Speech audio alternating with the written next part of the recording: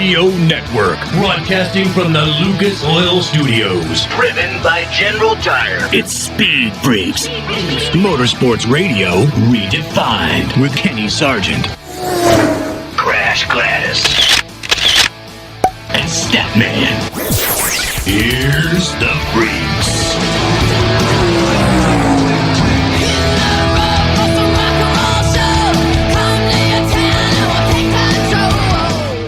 What's going on, Freak Nation? It is a Sunday night here in the Freak Nation. We've got 4 people on this show. 2 of them are in different locations. Crash Gladys hanging out in Indianapolis. Statman hanging out in Columbus, Ohio. Mid-Ohio region. Mm-hmm. Hey, how far are you, Statman, for the Mid-Ohio track? About an hour and a half, yeah. You need to get out to the ARCA Series race coming up here in a month or so. Talk to your boy Venturini again. They're racing at Mid-Ohio, ARCA? Isn't that where you talked to him before, Stat? No, it was at Toledo Speedway. Sorry I missed that one. The garden spot of northwestern Ohio. All right. Yeah, this weekend was IMSA at Mid-Ohio, so yeah, slightly different. Richard C. Suave, he's here. Thank you guys for hanging out. You follow us on Twitter, right? The website, speedfreaks.tv. You just might be watching us on YouTube, Twitch, or Facebook Live. Hope so, because we're there for you. You get to see how fine and pretty we are on a Sunday night. Crasher, you're hanging out in Indianapolis. Got a little road course action yesterday. Indianapolis 500 coming up in 2 weeks. Does Naptown have the fever? Oh, yes. Am I breathing would be a better question. Oh, my gosh. It's checkered flags are everywhere, and it's yes, the excitement is definitely here. It's been fun. It's been a lot of fun to hang out. I've never been in for this road course race. It's only been going on about 10 years, maybe less. So this was my first time to be here, and it does feel like already Memorial Day weekend. It's just it's a slightly different vibe, but it's still very exciting. People love this road course race. It's a big family event versus the 500, which can be a family event, but the 500 is known for a bunch of drunkards too. So. Mm-hmm. But the road course, lots of kids at the track. Holy cow. That was cool to see. Statman, does the Indianapolis 500 and its fever reach Columbus, Ohio? No.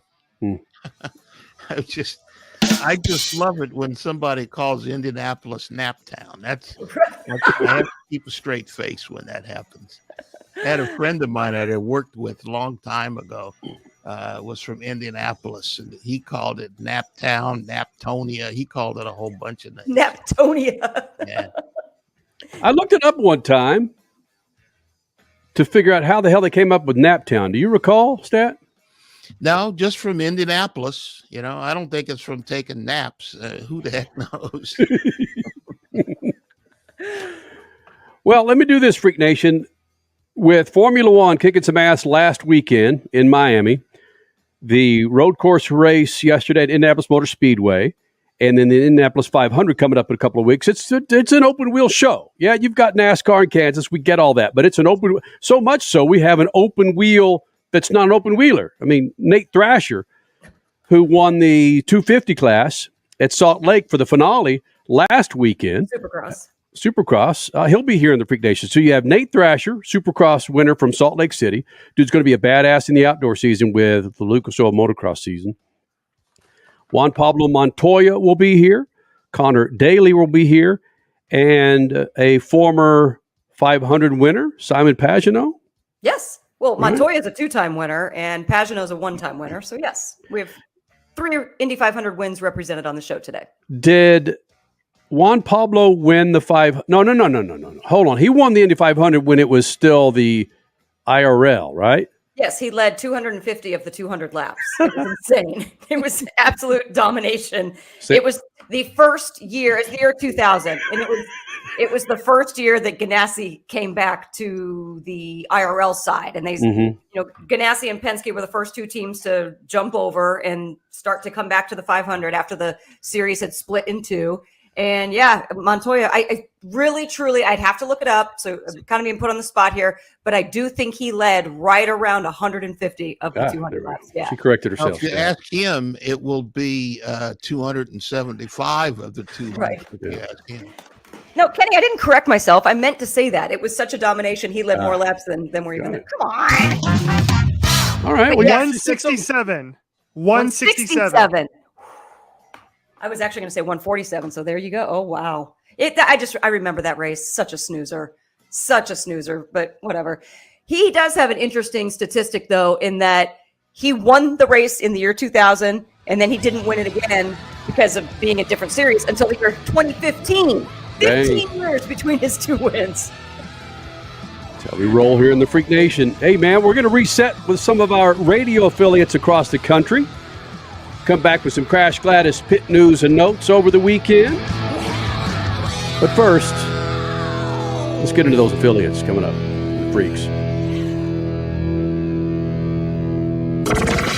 Speed Freaks. We promise to suck less. Speed Freaks. Motorsports Radio redefined. The Freaks. Bringing in another round of affiliates here in the Freak Nation. Speed Freaks on a Sunday night, welcoming in a plethora of Freak Nation followers. Thank you guys for hanging out. 22 years of doing this thing. But first, Crash Gladys pit news and notes brought to you by our good friends at General Tire. Go to GeneralTire.com to find the righteous tire for your righteous ride. Sports car, sedan, SUV.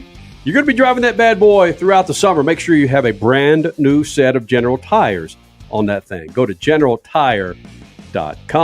Crasher? Well, this was a challenging weekend for all series on duty, whether it was navigating weather or tire issues in several places, traffic issues, just crazy altogether. Let's start with IndyCars. Almost every feeder series was affected in some form. Definitely the Indy Lights and the Big Boy Rockets. Mother Nature was not kind to them. First, the Indy Lights started their second race on the weekend on the road course at the Indianapolis Motor Speedway, only to be halted after 14 laps because of lightning.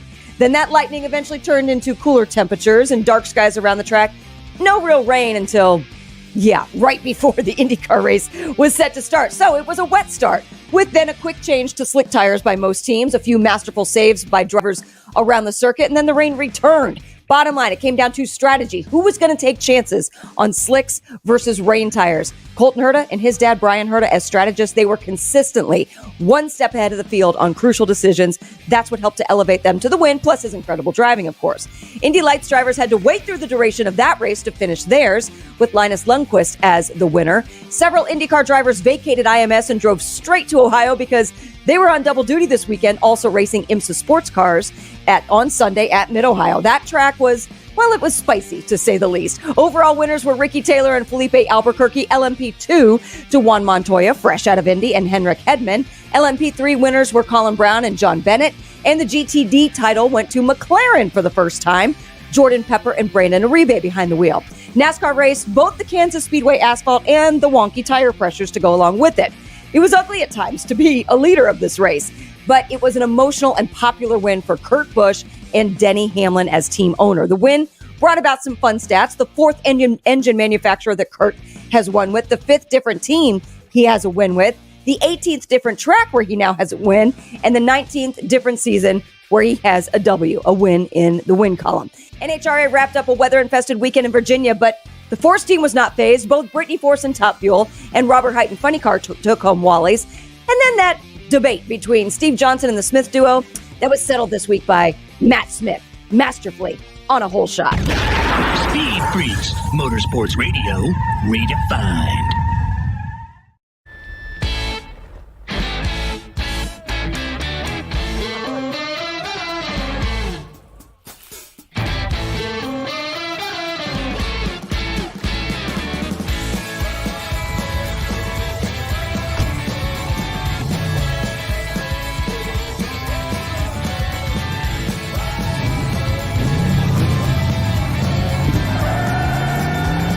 Whatever you do, General Tire delivers.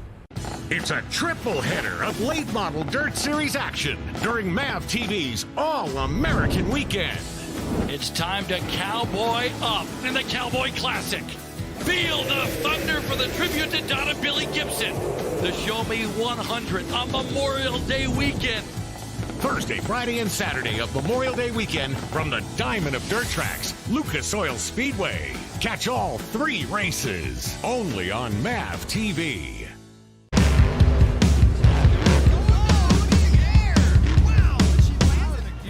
Lucas Oil, it works. I run Lucas Oil. It doesn't matter if you're on the water, driving to work, or competing in a sold-out stadium. Lucas Oil products will help you get the most out of your vehicle. Monster Jam has run Lucas Oil in and on our trucks for over 10 years. We wouldn't run anything else. Lucas Oil, the official oil of Monster Jam. Hey, I'm Kyle Busch. The biggest racing weekend ever at Worldwide Technology Raceway is coming June 3rd through the 5th. The party starts Thursday with a NASCAR Fan Fest and Hauler Parade at Ballpark Village. Cup practice and truck qualifying on Friday, Cup qualifying and the Toyota 200 on Saturday, and it all wraps up on Sunday with the Enjoy Illinois 300. This is the first time in a lifetime to see the NASCAR Cup Series at Worldwide Technology Raceway. Go to worldwidetechnologyraceway.com to get your tickets now. Brought to you in part by the Illinois Office of Tourism and Illinois South Tourism. Hey, Freak Nation, whether you're looking for a tire that balances high-performance responsiveness and traction in wet and light snow conditions, excellent handling and traction in off-road situations, or a summer performance tire designed with the driving enthusiast in mind, General Tire has you covered. From the G-Max RS to the Grabber ATX, no matter what you drive, General Tire will get you where you're going. Learn more at GeneralTire.com. Time is more valuable today. There's less time to keep our vehicles looking their best. That's where Lucas Oil Slick Mist Speed Wax steps up. It's great for paint, chrome, glass, and vinyl. Lucas Oil Slick Mist simply mists on and then wipes off, leaving a new car shine every time. It's quick and easy and works on wet or dry surfaces. For a complete detail, there's also Slick Mist Interior or Slick Mist Tire and Trim Shine. Lucas Oil, it works. You're listening to Speed Freaks Motorsports Radio Redefined.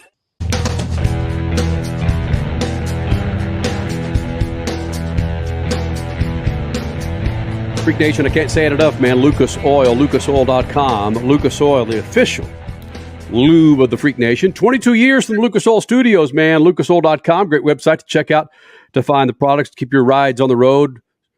Sports car, motorboat, motorcycle. What about a big old fat RV, man? They got the product to keep those things humming on the freeways and on the byways and on your big fat lakes over the summer. Go to lucasoil.com. As I mentioned at the top of the show, it's kind of an open wheel show. Not kind of, it is, damn it. We've got plenty of IndyCar. We've got plenty of Formula One. In fact, what I wanted to do now is talk about something that came out of the Formula One race in Miami. Hold on real quick. Okay. When you said that Formula One, it reminded me, you and I did a career day. This is just another incredible fun fact, I guess you could call it. Back off just a second. You and I did a career day on Wednesday at our daughter's school. And when the kids found out we were motorsports, at least this is what I picked up. There were two motorsports that really stuck out to them. One was monster trucks. The other was Formula One. Yep. I was blown away. That Drive to Survive is getting kids hooked. It's crazy. That's so true, and that's where I'm going with this. The ratings came out. Richie, you saw the ratings, but I think the thing that really was a kick in the nuts for me was the demographics, where it's a surprise, but not a big surprise. Formula One in Miami, here in the U.S., 18 to 49, was it, Richie?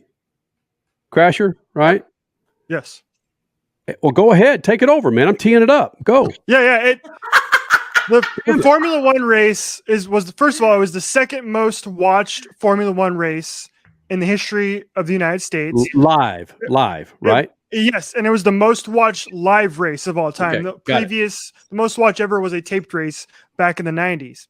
However, it had just over about 2 million viewers or so here in the United States. It did not beat out NASCAR, which had 2.6 million viewers.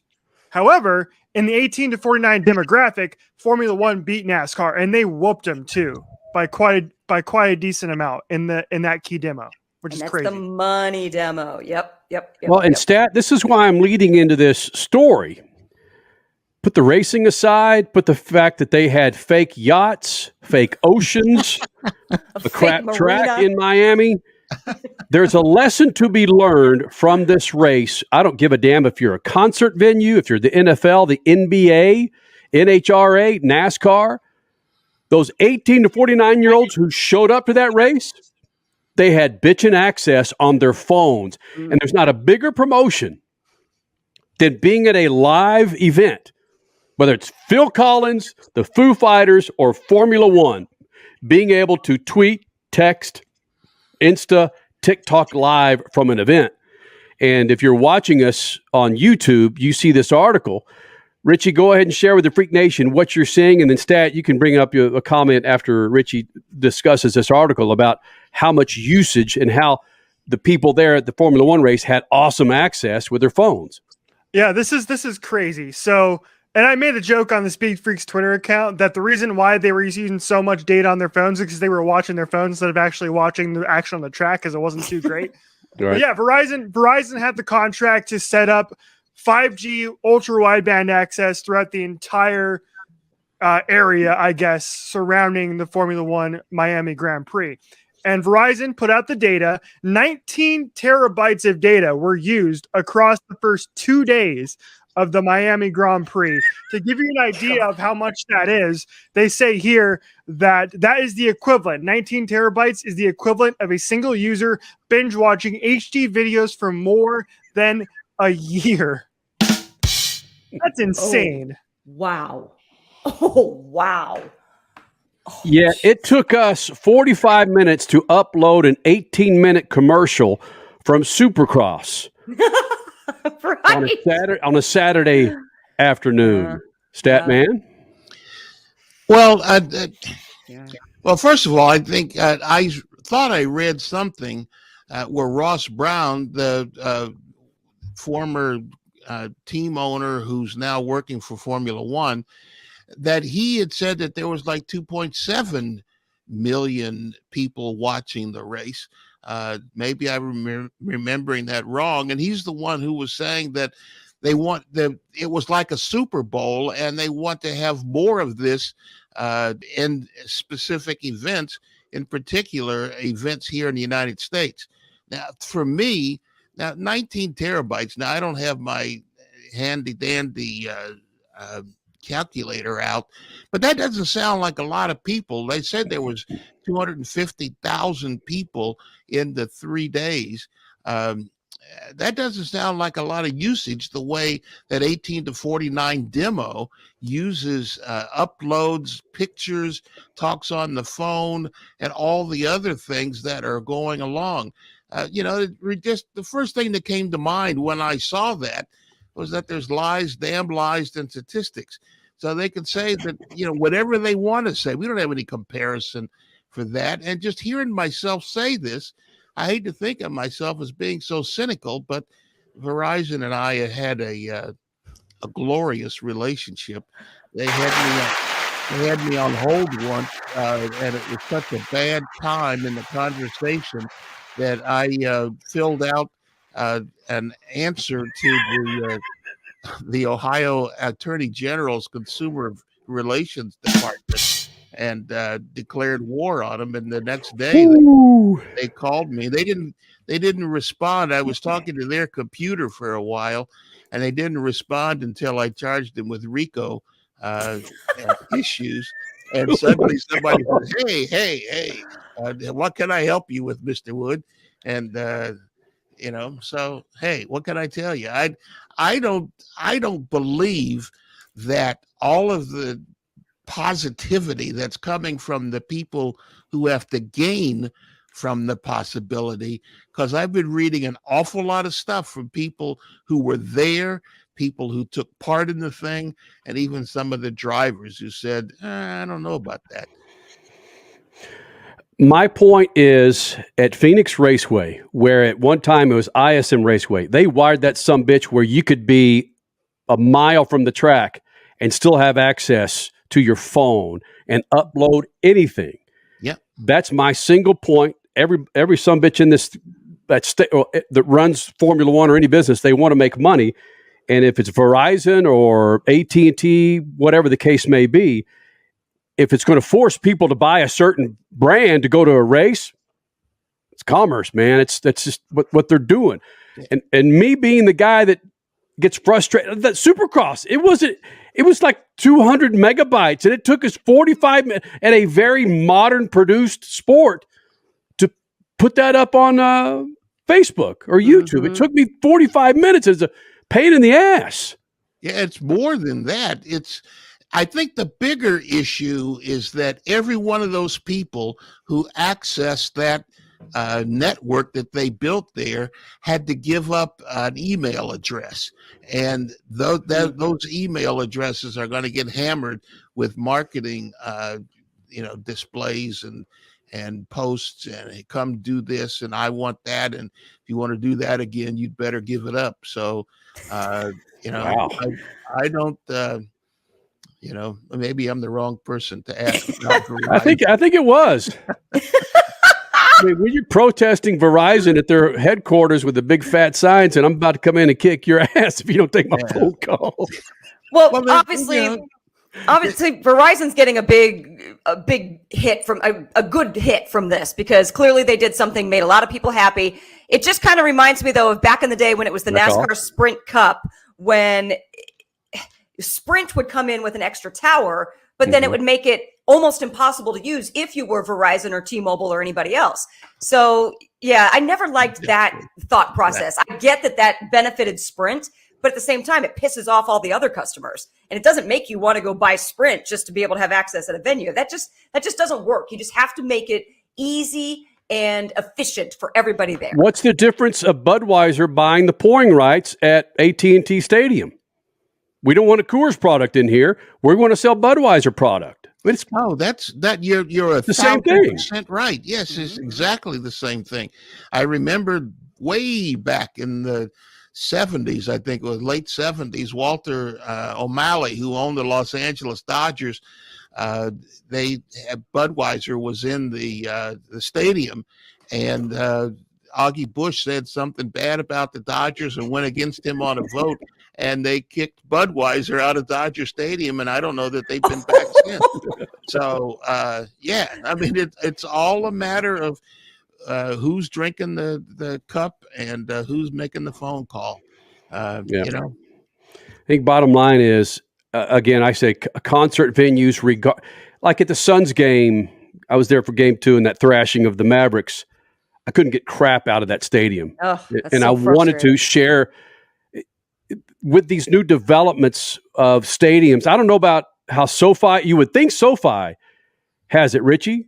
And Crasher, didn't Levi Stadium have USB jacks everywhere? And yes, that was a really well set up facility. Absolutely. Yeah, that was good. They're getting there, but it's incredible. Stadiums that are only 10 years old are already archaic now because they're not equipped. So yeah, something needs to be done. Cocaine's illegal, but damn it, you're addicted to your phone. It'll F you up, Broham. Coming up next, what the hell does what do dolphins have to do with Formula? What? CBD Sergeant. There you go. What do the Dolphins have to do with Statman and Formula One? We go porpoising next in the Freak Nation. It's a triple header of late model Dirt Series action during MAV TV's All-American Weekend. It's time to cowboy up in the Cowboy Classic. Feel the thunder for the tribute to Donna Billy Gibson. The Show Me 100 on Memorial Day weekend. Thursday, Friday, and Saturday of Memorial Day weekend from the Diamond of Dirt Tracks, Lucas Oil Speedway. Catch all 3 races only on MAV TV.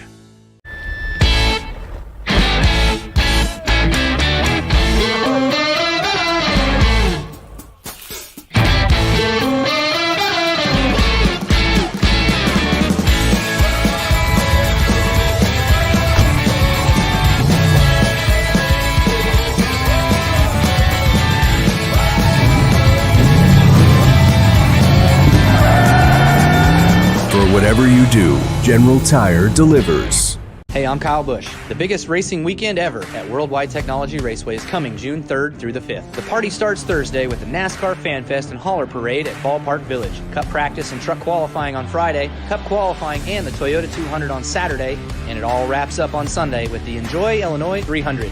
This is the first time in a lifetime to see the NASCAR Cup Series at Worldwide Technology Raceway. Go to worldwidetechnologyraceway.com to get your tickets now. Brought to you in part by the Illinois Office of Tourism and Illinois South Tourism. There is less than 1/100th of an inch of motor oil protecting your car's engine. Friction and heat causes engine oil to experience thermal breakdown, weakening its ability to protect the engine and its parts. Lucas Heavy Duty Oil Stabilizer is specially formulated to resist thermal breakdown, protect vital engine parts, and extend the life of your engine. It also stops smoking, knocking, and oil consumption in worn engines. Lucas Heavy Duty Oil Stabilizer. Keep that engine alive.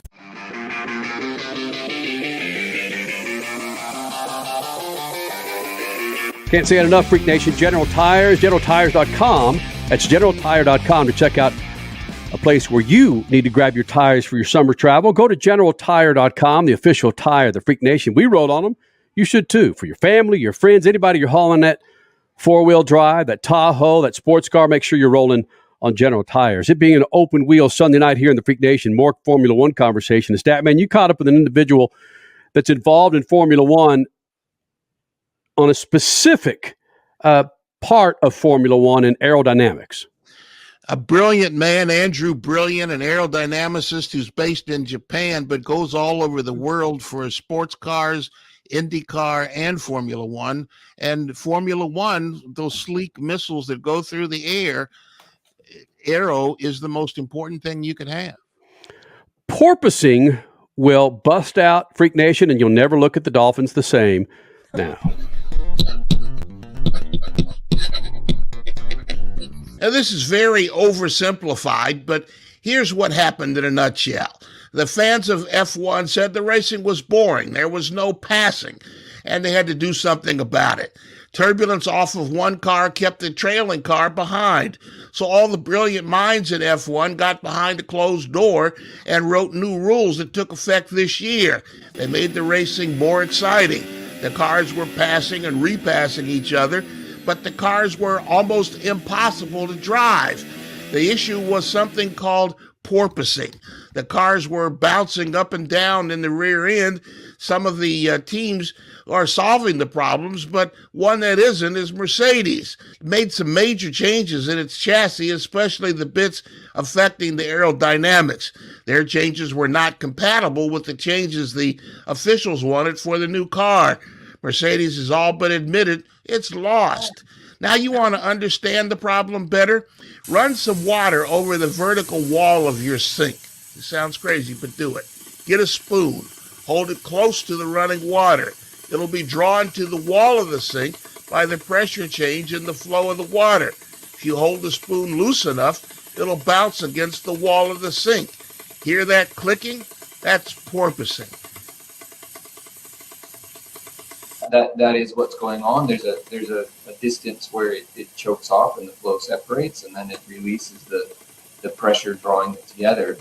That's the same. The big difference is that the car, in our case, has a suspension holding it from the ground, and so it becomes an interaction between suspension and the aero, causing that bouncing. But aerodynamically, yes. Andrew Brilliant is director of AMB Aero and an aero consultant for racing programs, including clients in F1. He won't reveal who, and I didn't push. I really didn't care. I wanted to know the problem, not his business. So let's look at Mercedes. They made changes in their car overall. What were they? What they were trying to do, in my opinion, was, well, firstly, reduce drag, because you've just got less area of the car. It's just, you made it smaller, you made it more streamlined. You look at the body of an airplane, and that's about what it looks like. A Cessna will be only just about yay big, and it's just like a fish, right? That's right. Exactly. How do you solve this in the real world of different tracks, different weather, when things change? To me, a solution is the aerodynamic solution, where you modify the shapes of the air to make them, we call, less sensitive. So that means that there's a curve of ride height versus downforce, right? You get lower and lower and lower is more downforce, right? You see how low a NASCAR runs on the oval. They try to run really, really low because it's low drag, it's higher downforce, right? Same thing. And everyone wants to be as low as they can. But if you get close to that porpoising ride height too close, you might hit a bump on the track, and then all of a sudden it starts your porpoising. So a mitigation would be to increase the stiffness of the suspension, or to try and lock the car out of getting that load. And I think that's what you'll see that they're fighting now. So in my simple mind, I said, why don't they go back to last year's car? But that's against the rules, obviously. And testing is limited. You can't even go into wind tunnels too often. That's the new rules in F1 to save costs. So what do they do now? It's now an underbody focused thing, which what they did that because it leaves less of a dirty weight behind, and it's really improved the racing. It's allowed cars to run really close to each other and still be able to pass where they used to be in a dirty air that sabotaged the performance of the car behind. So that once you got within 2 seconds, the cars would slow down so much it was really difficult to get past anyone. So that's what they were trying to resolve. And those have all been very positive things. So in general, I think everyone knows this is the future, this is the way to go, but they're dealing with the challenges of resolving a new puzzle. I mean, if any team could do it right, I mean, you'd have to believe that nobody wins 7 world championships because you don't have smart people and hardworking people and good tools. So look, if anyone had the ability to turn around, I mean, you look at last season too. I mean, Lewis had a major comeback towards late in the season. The car was seriously dominant late in the season. I mean, there was a large performance delta between them and the rest of the field for the last races of the year. So what about America's F1, America's open wheel racing, IndyCar? Are we ever going to have that problem in that series? I don't think so because first of all, we've had so many years with tunnels in IndyCars that any kind of major issues like this, I think, got resolved quite early on, decades ago. When I see the Cup cars on the backstretch of California Speedway, and they're doing this, to me, that's not aerodynamics. That's just a bumpy ass track. Yeah. Is that the same? Is that different, Stat? No, that's very different. That's a bumpy track, and there's a lot of tracks. One of the most brilliant aero minds in all of racing, Adrian Newey, is with Red Bull, and at Miami, Red Bull had the problem. All of them are trying to figure out how to solve that. Whether you solve it with ride height or stiffer springs, they're going to have to sort that out some kind of way. And if Adrian Newey can't figure out, nobody can figure it out. Yeah, that was very interesting. I want to run to the sink right now and get a spoon and start getting the water on. That was fascinating. That was really cool. That got me. And again, the spoon, because I know that people are going to try this. The issue is as the water rushes between the spoon and the sink, that's like between the bottom of the car and the road. And the water is basically air in the car scenario. Yes, yeah. The air takes leaves a low pressure area as it flows through. And the car closest to the road, and as it gets closer to the road and the air comes out, then the car bounces back up, and then the air goes through and pulls it back in, and that's the porpoising. The clicking against the sink was the porpoising, and he said that's what they've got to solve. And just to put a ribbon on this is really come to a head this season. Yeah, they changed the car because they wanted to reduce the turbulence behind the cars that kept the wheel-to-wheel passing and so forth that everybody wants to see. They want to turn F1 into NASCAR. So they want cars to pass and pass and pass, but then they have unintended consequences. The collateral damage is that you can't handle the car. And what the danger part of it is that a lot of guys in the first couple of races, they were getting loose in the rear end as the car comes up, and too much air is going under it, and they all of a sudden, bam, they are in the wall. So what happened? And that's what they've got to face now. From kart to Formula One and NASCAR to IndyCar, it's crashed with Juan Pablo Montoya. We think, right, Crasher? You'll find out. All right, that's next. SpeedFreaks Pits on the Lucas Oil Studios. SpeedFreaks, Motorsports Radio, redefined. Next to your vehicle's engine, your transmission is the most important component of your car. If it's not properly maintained, your car may not shift properly. By adding Lucas Transmission Fix to your transmission, it cleans and lubricates sticking valves for proper shifting, renews worn bands to stop slipping, stops seal leaks, will not void new car warranties, contains no harmful solvents. Lucas Transmission Fix. It works.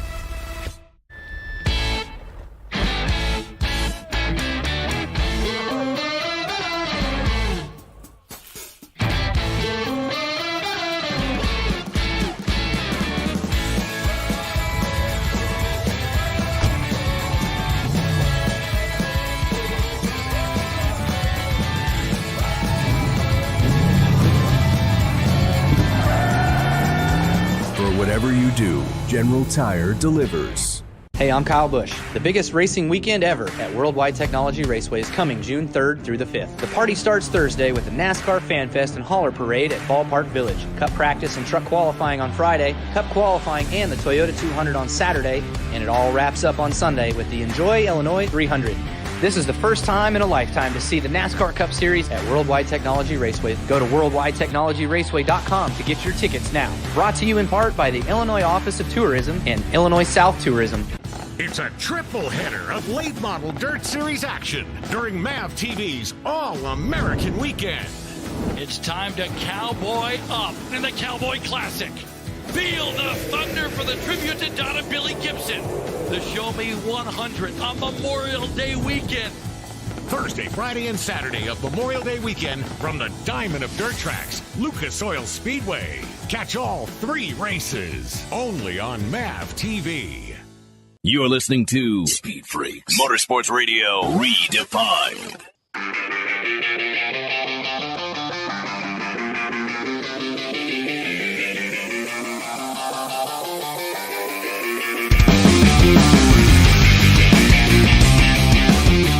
Lucas Oil Studios, Freak Nation, coming up next month, June 25th. It'll be 22 years of doing this thing with Statman, Crash Gladys, yours truly, Richard C. Suave, kind of a newbie here in the Freak Nation.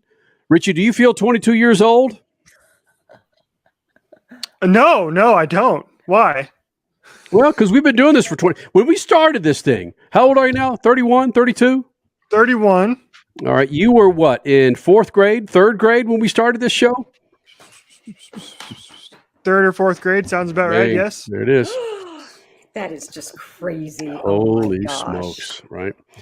So, yeah, 22 years celebrating June 25th in the Lucas Oil Studios. Crasher had about 8-9 minutes of putting up with Juan Pablo Montoya, flying the Lucas Oil colors this weekend on the road course. Crasher, you and Juan Pablo, huh?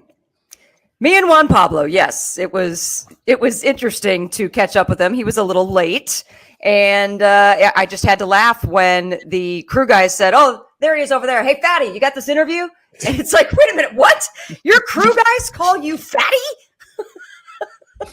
He doesn't look that big, but yeah, Juan is a fun guy off mic, but you put the mic in his face, he just doesn't like doing interviews. But off mic, he's a little different.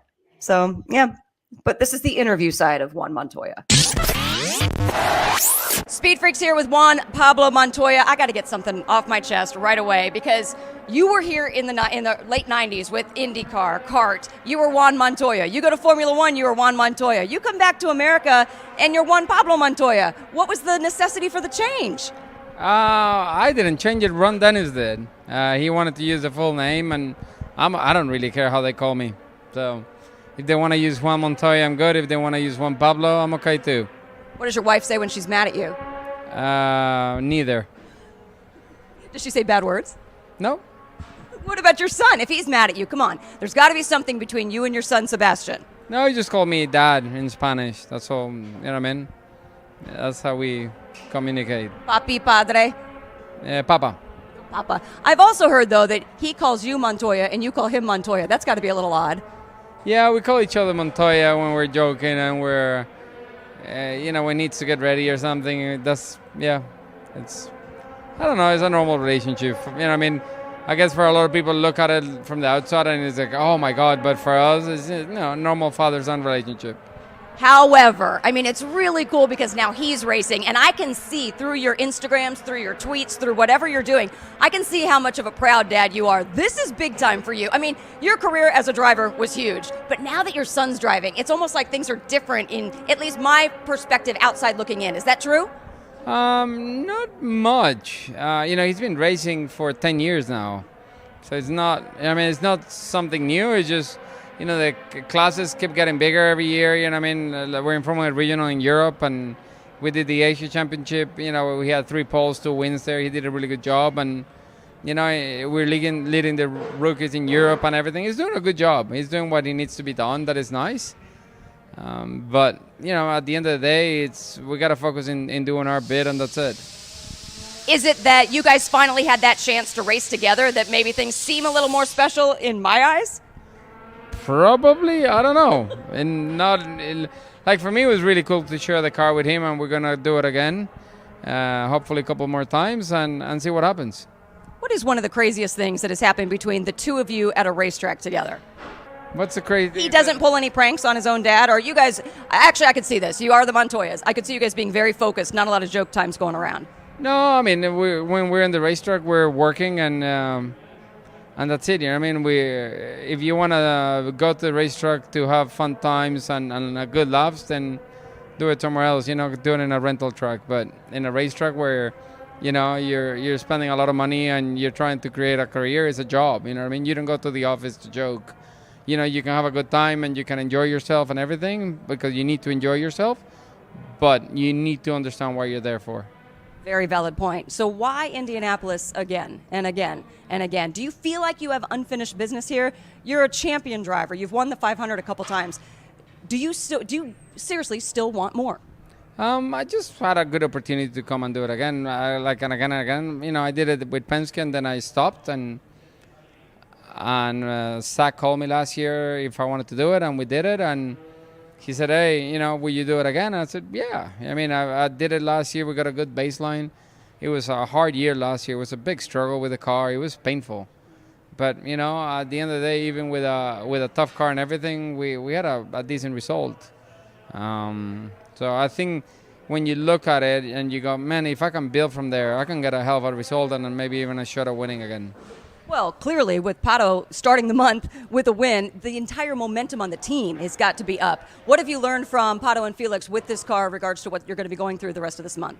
Honestly, the road course race for me, I really want to thank Lucas Oil for supporting the car and everything.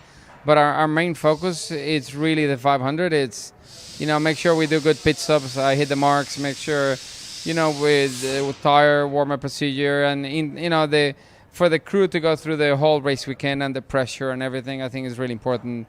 And then, build from there for the race. I think it's really important to do live pit stops in a race where there's pressure before the 500. And I think if we do a good job building that up, then we'll be pretty good. When do you get a chance? Because like you said earlier in this interview, this is focus time. This is your office. You've got to be focused and ready to go and be serious. When do you get a chance to do any of that fun stuff away? There's a lot of media. That can be annoying as heck. I know it. But when do you get a chance to kind of relax? It's kind of strange because we're here for quite a long time. So, the mornings are normally pretty easy. His schedule is very strange. They run only in the afternoons, but it's always been like that. So, I don't know. I just, honestly, I do the running and then we do the debrief at the end of the day and, eat something in the bus and go to sleep. And in the morning, spend some time with the family sometimes and just go and see what needs to be done, what's the plan for today, what I will learn from yesterday from looking at data and things. And, it's, I don't know. I don't think about it too much. I just go with the flow and try to stay focused on what we need to do. It's really difficult because there's a lot of days and, one mistake can ruin your whole month. So you need to be very wise about it and that's it. No place to go wakeboarding here in Indianapolis, is there? Because that's your release, it seems. When I was in Miami, yeah, but I left Miami over a year ago. So we sold the boat. We sold everything over a year ago. So right now it's probably more golf than anything else. So I've been playing golf with my kid and everything, and honestly, I don't even get a lot of time to do that lately. I've been traveling so much. I think I've done like 35 or 36 flights this year already. So it's actually nice to be in Indy for all these weeks because I'm not in an airplane. You don't have your own Montoya Air? Nope, no Montoya Air. Well, have you gotten any golf in then with Sebastian here in Indianapolis, not elsewhere? No. I want to be focused on the race at the moment. And, there's times for everything. And at this point for me, it's, making sure we maximize this weekend. It's hard. I haven't been in the car for a year. We tried to get a test in and we couldn't. So it's like, coming this weekend, it's difficult. It's 2 45-minute session. You need to do an installation lap on the car. So by the time you get running, I'll get 8-10 laps max before qualifying. So, well, explain that to people that might not fully understand. You are a champion driver. Is it really that difficult? Well, it's different. It's like, you're used to doing something with one car, and all of a sudden this car is completely different, and the setup has never been built for me or anything. So when you have something built for you, and like the prototype, for example, I really understand that. I've been driving the prototype for the past 5 years, so it's second nature. With this, in the past 5 years, I've driven them twice. All right, good point. What do you do? Let's say things do go to shit, and just you're not having a good day. What calms you down, besides Shunk? Honestly, we have a lot of those days here. So you just, again, the only thing to make a bad day better is work hard to figure it out. That's all I do. Working on the program, and that's it. It's cool to have Sebastian here for a few days, and then my wife will be here. So, that's what it is. Okay, your best advice to Sebastian, at least so far? Keep it. Don't try as hard as he does, because he's got enough speed that he doesn't need to overdo it. I think a lot of the mistakes come when you need to overdo it, and that's it. Would you tell that to a younger Juan Montoya? Would you say, don't overdo it? They told me that a lot of times. Who's they? Oh, a lot of people. Jackie Stewart and a lot of people did that. And how many times did you listen? Oh, but look where I am. Sebastian, then, when he doesn't listen, is that going to be okay? No, he doesn't listen. I'll tell him he's not listening, and it's okay. But, we have a good relationship. We do manage the races like a professional relationship, and he understands that. Sebastian, of course, his son that you're talking about there, Crash Gladys. I could just see him. Hey, go, Sebastian, go ahead. What? What are you doing? Tell his son to go race. He's going to have another freaking hamburger and a stop it, Schumacher. Stop it. Nah, he's racing. Juan Pablo's racing. Why am I calling him Juan Pablo? I'm the one that's irritated by that. Right. Juan Montoya he's racing full-time in sports cars in IMSA and part-time 2 events in IndyCar. Is he living in Florida? He does not have his home in Miami anymore. I don't know where he is living. I don't know. All I know is he talked about how he's not in Miami anymore when we were off mic. Richie, you being the Formula One hound that you are over the last 18 months, do you have any idea who his major sponsor was when he was in Formula One? Oh, geez. Who his team owner was? How about that? Sir? Was he racing for Williams? That's all I can think of. There you go. He went from Williams to McLaren, and at the time, Williams had some sort of a bridge between Ganassi and Williams, and several drivers went from one to the other. But he had most of his success, I believe, with McLaren. And I was trying to figure out I can't remember who he drove for at McLaren, but if he'd have finished 2 more races, they would have gotten the 2nd world championship. He busted out of one race for McLaren while he was leading in the last 7 laps and crashed. All he had to do was take points away from Schumacher, and he couldn't accomplish that. I don't think any of us question his ability to drive a race car. It's just some other things we might question, and we'll just leave it at that. But I just have a sense that what you're saying there, Statman, again, I'm going to dig a rabbit hole, but James Stewart, Supercross rider, who, again, if he could have backed off several times, would have had numerous Supercross championships. Yeah. Kind of get the same feeling with Juan Pablo Montoya. If he just put the brakes on every now and then, he would have more accolades. Yeah, the same with Robbie Gordon. A lot of people. Good point. The same with he was the commentator on TV who raced for Penske, Paul Tracy. Oh, yeah. Tracy was another one who crashed out of leads. So there's a lot of drivers who had. I know one in rallying.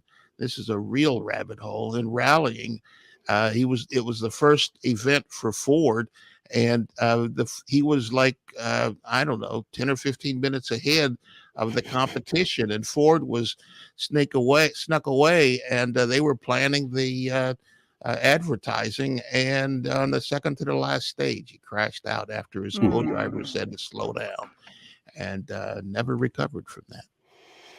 Second hour of the Freaks coming up on a open wheel Sunday. I don't say so to speak. It is, man. Conor McGregor, Conor Daly joining us here in the Freak Nation. Simon Pagenaud, who has himself an Indy 500 win and an IndyCar championship. Yes, he does. Teammates with Helio Castroneves this year. Yes. Helio on Thursday night in Indianapolis was basically the guest of honor at he and Rick Mears were the guests of honor at the Four Timers. They called it the Club. And there was a documentary. Oh, yeah. Maybe some people watched it this weekend. I was at the racetrack, so I did not get a chance to watch it. But yeah, the premiere was this weekend, and that was a big deal. Simon Pagenaud was all excited for Helio for that. And yeah, lots of good stuff. Helio's getting his face on his baby Borg. That presentation was this weekend as well. It's been a big weekend for Mr. Helio. Also coming up next hour, I think it's the greatest last name ever in Supercross. We explain coming up second hour of the Freaks. SpeedFreaks, Motorsports Radio, redefined. Engine is one of the most important components of your vehicle. When improperly maintained, you can experience mechanical wear, poor fuel economy, or even a breakdown. Lucas High Performance Motor Oils are proven to lower oil temperatures for longer oil life, reduce metal fatigue, and keep engines clean and free of deposits much longer.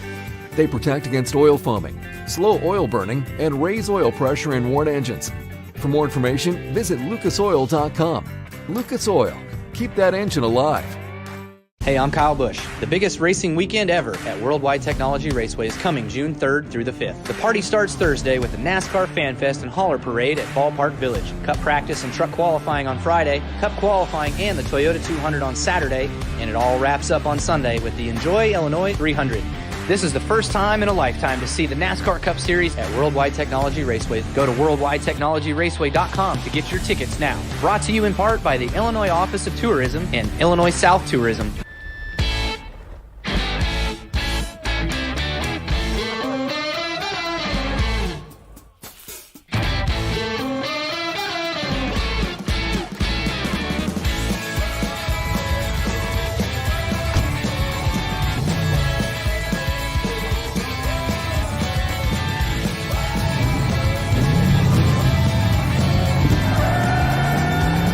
Whatever you do, General Tire delivers. It's a triple header of late model Dirt Series action during MAV TV's All-American Weekend. It's time to cowboy up in the Cowboy Classic. Feel the thunder for the tribute to Donna Billy Gibson. The Show Me 100 on Memorial Day weekend. Thursday, Friday, and Saturday of Memorial Day weekend from the Diamond of Dirt Tracks, Lucas Oil Speedway. Catch all 3 races only on MAV TV.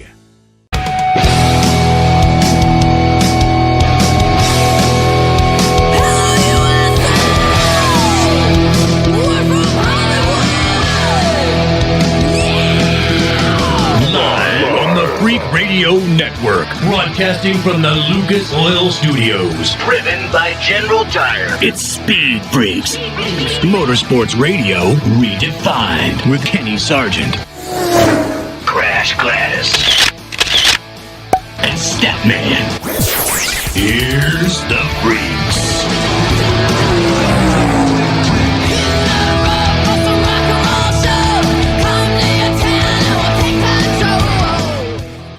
Second hour of the Freaks coming up this hour, Freak Nation. The greatest last name in Supercross ever, in my opinion.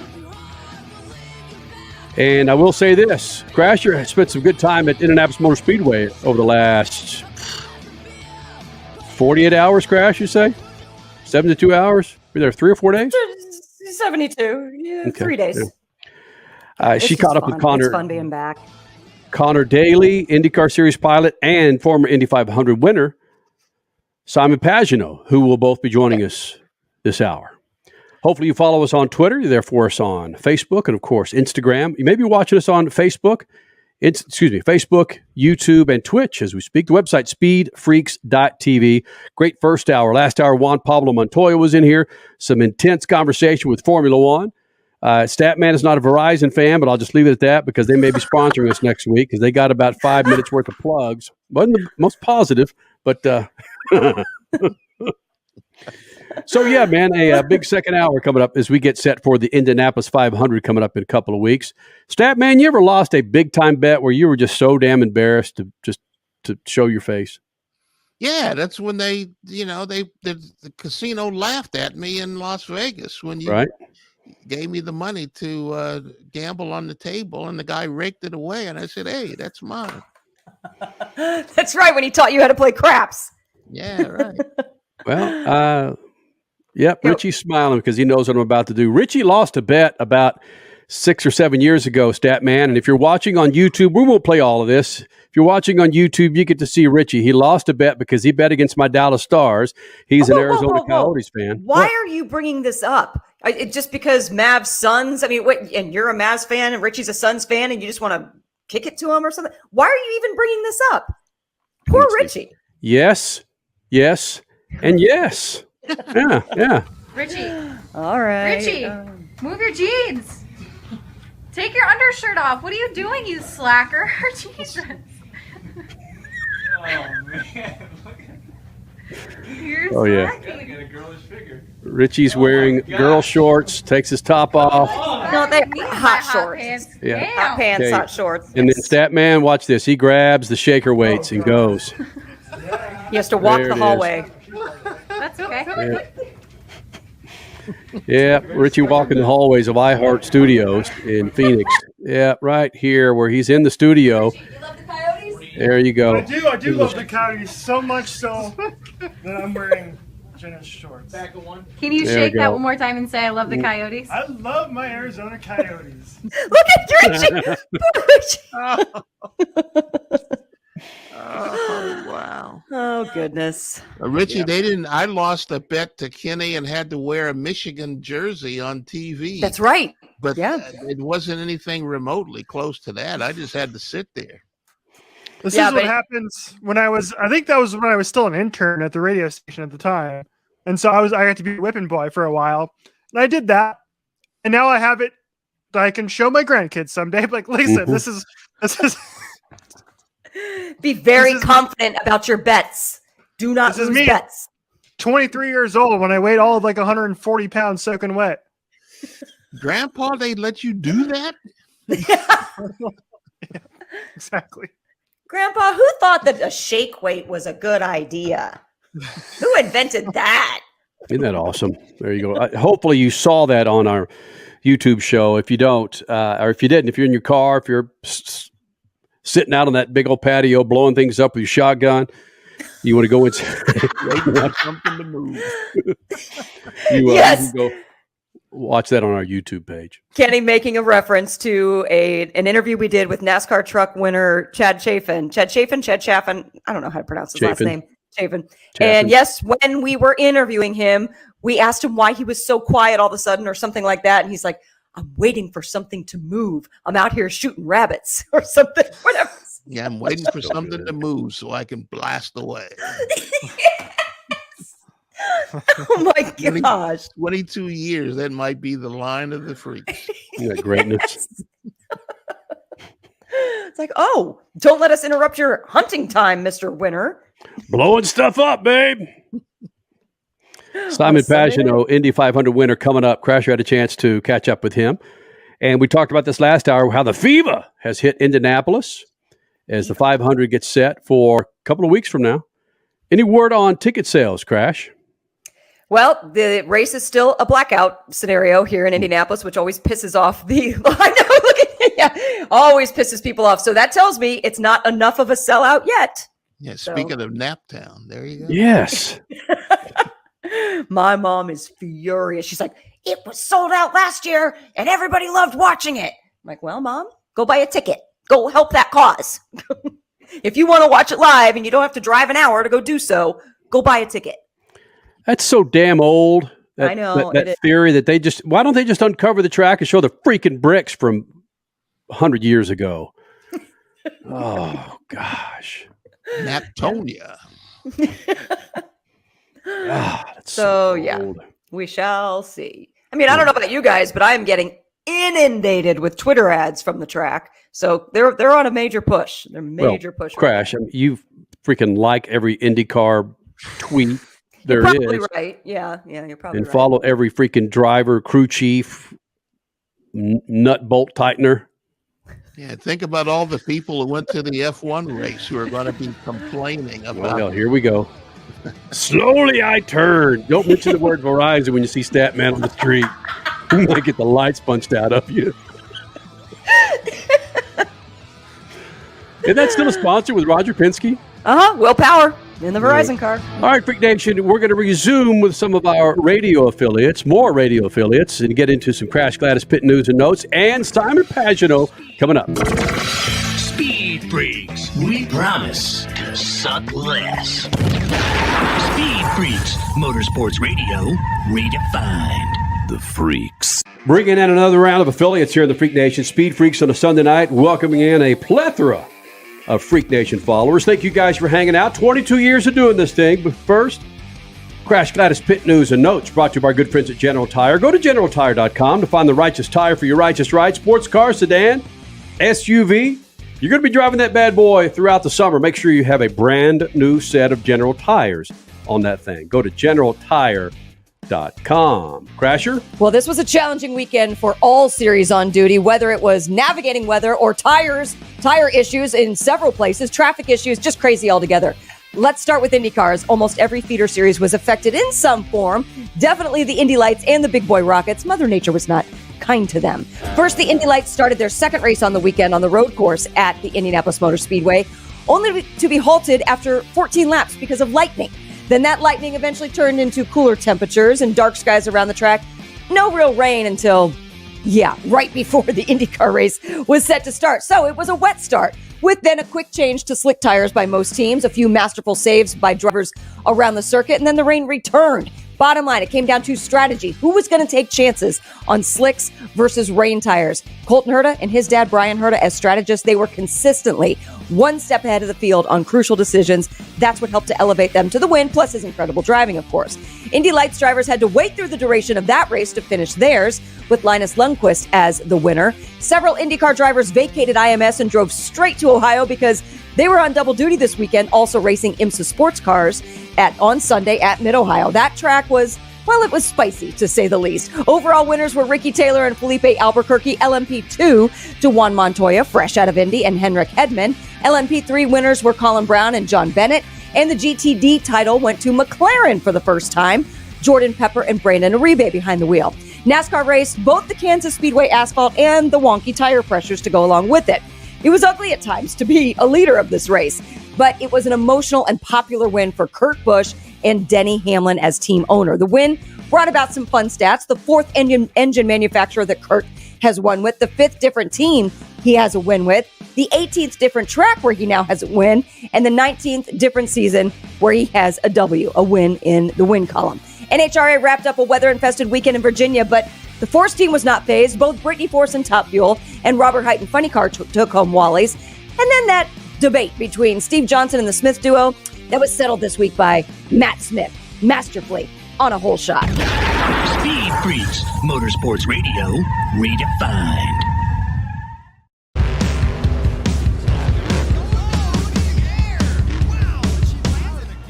Lucas Oil, it works. I run Lucas Oil. It doesn't matter if you're on the water, Driving to work, or competing in a sold-out stadium. Lucas Oil products will help you get the most out of your vehicle. Monster Jam has run Lucas Oil in and on our trucks for over 10 years. We wouldn't run anything else. Lucas Oil, the official oil of Monster Jam. Hey, Freak Nation, whether you're looking for a tire that balances high-performance responsiveness and traction in wet and light snow conditions, excellent handling and traction in off-road situations, or a summer performance tire designed with the driving enthusiast in mind, General Tire has you covered. From the G-Max RS to the Grabber ATX, no matter what you drive, General Tire will get you where you're going. Learn more at GeneralTire.com. General Tire, supporting the Freak Nation for 2 decades. Hey, I'm Kyle Busch. The biggest racing weekend ever at Worldwide Technology Raceway is coming June 3rd through the 5th. The party starts Thursday with the NASCAR Fan Fest and Hauler Parade at Ballpark Village. Cup practice and truck qualifying on Friday, Cup qualifying and the Toyota 200 on Saturday, and it all wraps up on Sunday with the Enjoy Illinois 300. This is the first time in a lifetime to see the NASCAR Cup Series at Worldwide Technology Raceway. Go to worldwidetechnologyraceway.com to get your tickets now. Brought to you in part by the Illinois Office of Tourism and Illinois South Tourism.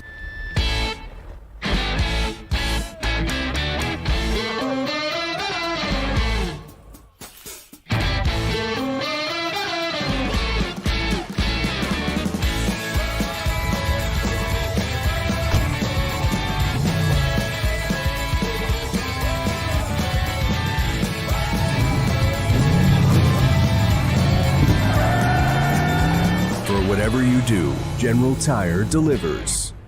It's a triple header of late model Dirt Series action during MAV TV's All-American Weekend. It's time to cowboy up in the Cowboy Classic. Feel the thunder for the tribute to Donna Billy Gibson. The Show Me 100 on Memorial Day weekend.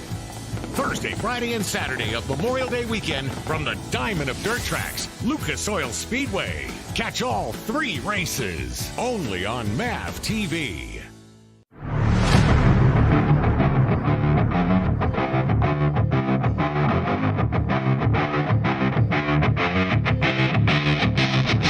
LucasOil.com. LucasOil.com, the official lube of the Freak Nation. Whatever you got out there in the garage, it's got a motor, an engine. Bam! Lawnmower? You got it. What about your rod and reel? Yes, they have rod and reel oil. Lubrication to keep your reel awfully spiffy. Go to LucasOil.com. That's LucasOil.com. Crasher had a chance to catch up with Simon Pagenaud, but before we get into your conversation with Simon Pagenaud, Indy 500 champion, you say, and now you talked about it a little bit, I think, with Juan, or at least on last hour, you say typically it's not 90 degrees in Indianapolis right about now? No. It's over the last couple of years, as you have been witness to, Kenny, the Memorial Day weekend has been pretty hot. And that's not usually, I mean, with how hot it has been in the 90s on Memorial Day weekend the last couple of years, and that's not really that normal either. But the beginning of the month, come on. It's notorious for raining, which of course, yeah, we had some rain this weekend as well, but it's not, these temperatures are just not normal. No. And let's not go into a whole global warming thing, but I mean, come on, people. There's more and more signs of this stuff going on. Well, it's hot. It was a hot weekend. The Statman continues to ask me after the 500, Kenny, how was your monkey butt over the weekend? It is indeed. It's one big 300,000 monkey butt.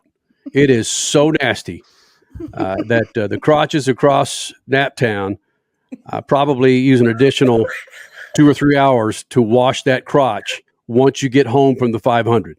Oh my God! What? You went there. I did. Yes. Yeah. That's it. That feeling I had this weekend. Yes. Yes. It's just. Ugh. Yeah. Well, that's too much information. Well, Statman, you've been around the sun a few times. I mean, would you wear tighter pants or looser pants if you're going to be hanging out where it's 75% humidity and 85 degrees? Commando, baby. Bang. In public, baby. What about Richie? What about the millennials? What would the millennials do in this situation? What do you guys wear when it's crap hot and the humidity's cooking? Stay inside. That's so true, though. Yes. As a native Arizonan who is used to 115 degrees during the summer here, you just don't go outside. It's great. Yeah. Granted, there is no humidity here in the state of Arizona, but stay inside. You're welcome. And that's a perfect intro with Crash Gladys hanging out with Simon Pagenaud, former Indy 500 champion and IndyCar champion here in the Freak Nation Lucas Oil Studios. Okay, Simon Pagenaud in the Speed Freaks pits. I'm going exactly where James Hinchcliffe was going. Why are you wearing this? It is 125 degrees out here in Indianapolis. Is it? No, it's not. Listen, I just jumped in the car, made sure that my seatbelts were still okay. I was at the Miami Grand Prix last weekend, so just want to make sure I didn't put on any weight during that weekend eating those nice, delicious. Oh, right. It was because of what you were eating. Yes, absolutely, yes. Yes, I'm ready to go, as you can see.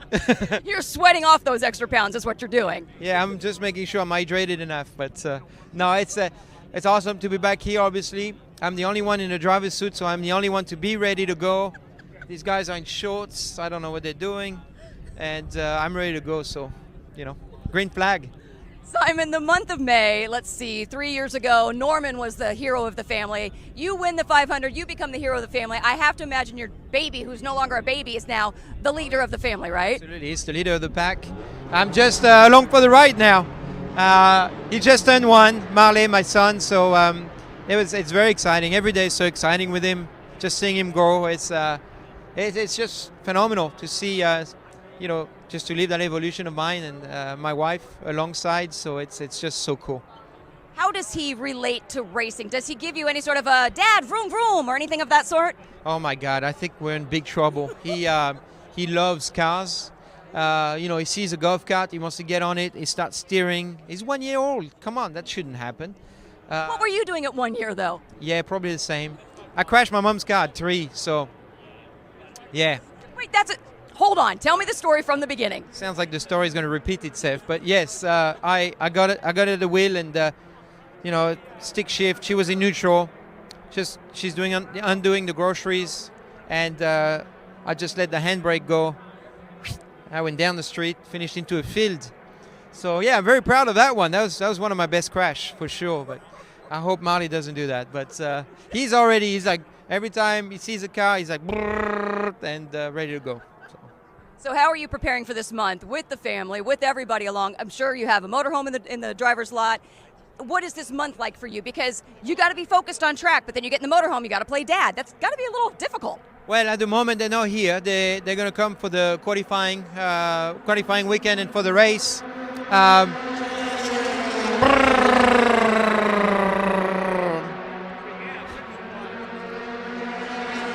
Damn Indy lights! What the heck?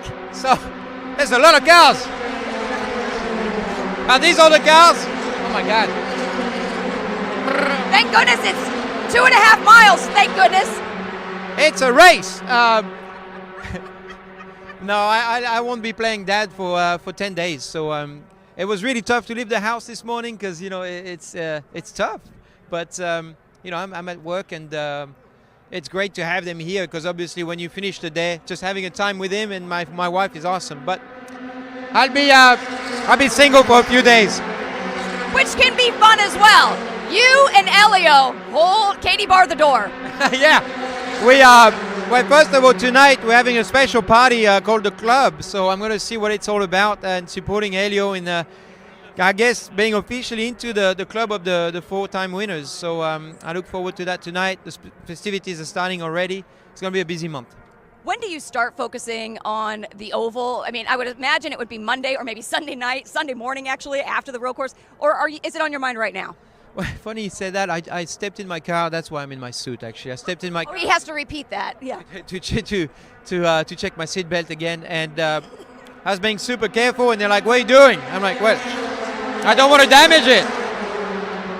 And they're like, "Well, don't worry, the seatbelts are the same as last weekend." I'm like, "What do you mean?" They're like, "It's the road course car." I'm like, "Why would you bring the road course car to the speedway?"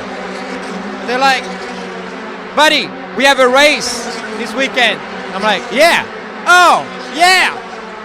So I was already in speedway mode. So, yeah. That answers my question perfectly. I guess I got to focus on the speedway. I got to focus on the Grand Prix right now. Well, go get it. Get a win in both, okay? Just make it easy. I'll make it easy for you. I'll try. Thanks, Simon. Thank you.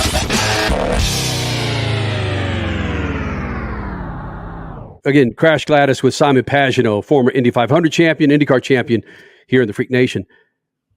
One of the things he was talking about was you drive into Indianapolis Motor Speedway, you don't think road course. It's like when I go to Daytona. This is going to sound weird.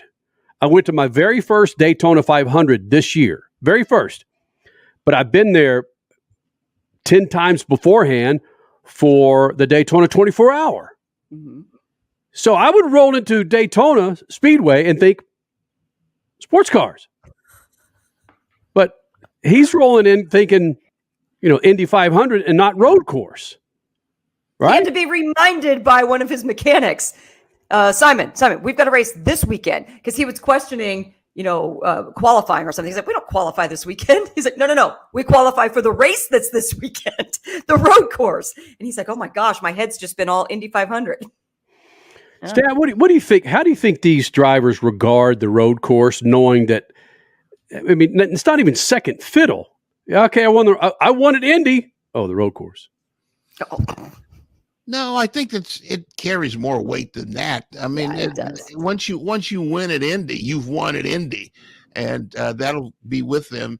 It may not be Indy 500 winner, but Indy winner, it follows them for the rest of their life, like Heisman Trophy winner and so forth.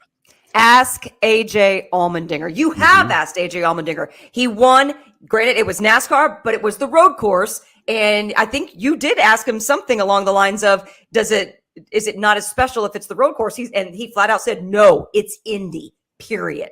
Yeah, and they go get to kiss the bricks and all of that stuff, If anything, it's diminished the idea of the 500 winner kissing the bricks. But the point is they won at Indy, and that's what's most important.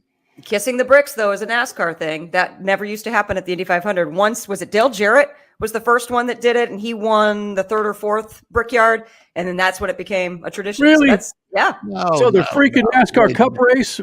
That NASCAR wasn't the first people to do that. I remember in 500 people doing that. Look it up, Richie. Well, making it an actual thing. Were there photos taken at random of kissing the bricks? Yes. But making it a thing right after the race to kiss the bricks and have a massive photo shoot to go with it, that started with, I believe, Dale Jarrett. Yeah, straight